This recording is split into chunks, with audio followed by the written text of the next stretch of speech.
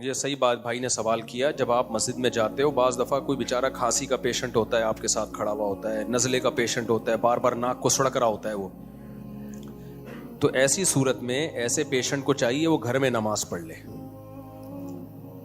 کیونکہ جماعت کی نماز میں لوگوں کو تکلیف سے بچانا ضروری ہے.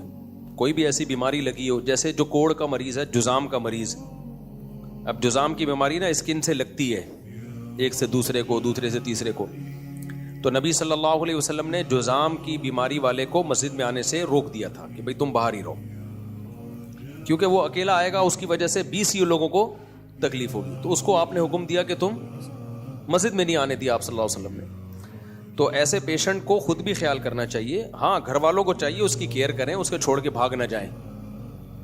تو اب بعض لوگوں کو بہت زیادہ کھانسی, بلغم بھی ہوتا ہے, خالی کھانسی نہیں بلغم بھی, کھڑ کھڑ کھڑ کھڑ کر رہے ہوتے ہیں بہت زیادہ. بھائی کھانسی کا علاج کر کے آ جاؤ.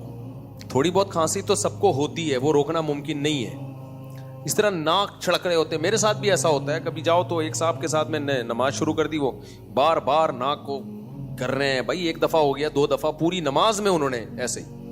ہمارے شیخ حضرت مفتی رشید احمد صاحب رحمہ اللہ تعالیٰ اتنے سخت تکبیر اولا کے پابند تھے کہ آپ سوچ بھی نہیں سکتے, لیکن زکام ہوتا تھا تو مسجد میں نہیں آتے تھے, حالانکہ ان کا دل بہت چاہتا تھا مسجد میں آنے کا, ان کو بہت شوق تھا جماعت کی نماز تو مزہ ہی جماعت سے آتا ہے, نہیں آتے تھے مسجد کہ بھئی میری وجہ سے دوسروں کو تکلیف ہوگی.